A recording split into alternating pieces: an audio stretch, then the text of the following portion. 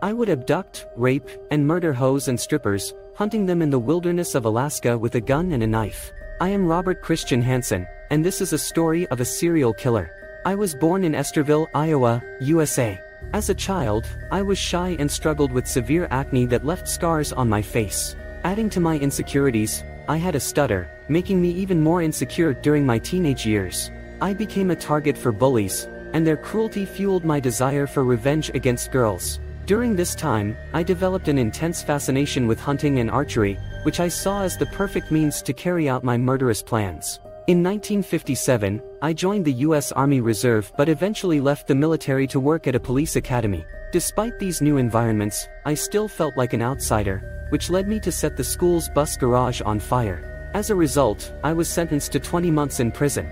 This event also marked the end of my marriage, and my life quickly spiraled into misery.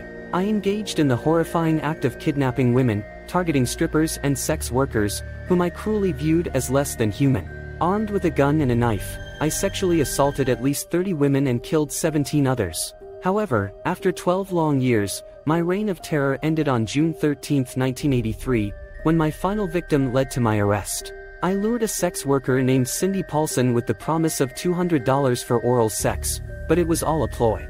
I threatened her with a gun and proceeded to rape her in my car, but she managed to escape and reported the incident to the police. Despite the evidence against me, I denied the accusations and insisted that Paulson was falsely accusing me.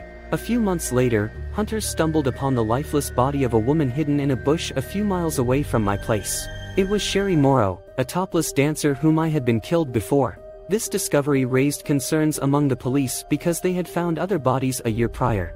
Additionally, they had records of over a dozen women with similar occupations who were reported missing. Ballistics examination revealed that both bodies had been shot with a .223 caliber Ruger Mini-14 rifle. At this point, the police began to realize that I matched the psychological profile of the perpetrator, which triggered an intensive investigation. Consequently, I was arrested in October 1983. During the investigation, authorities also discovered an aviation map marked with small indicators pointing to where I had disposed of the bodies. In addition to receiving a staggering prison sentence of 461 years, I was also sentenced to life without the possibility of parole.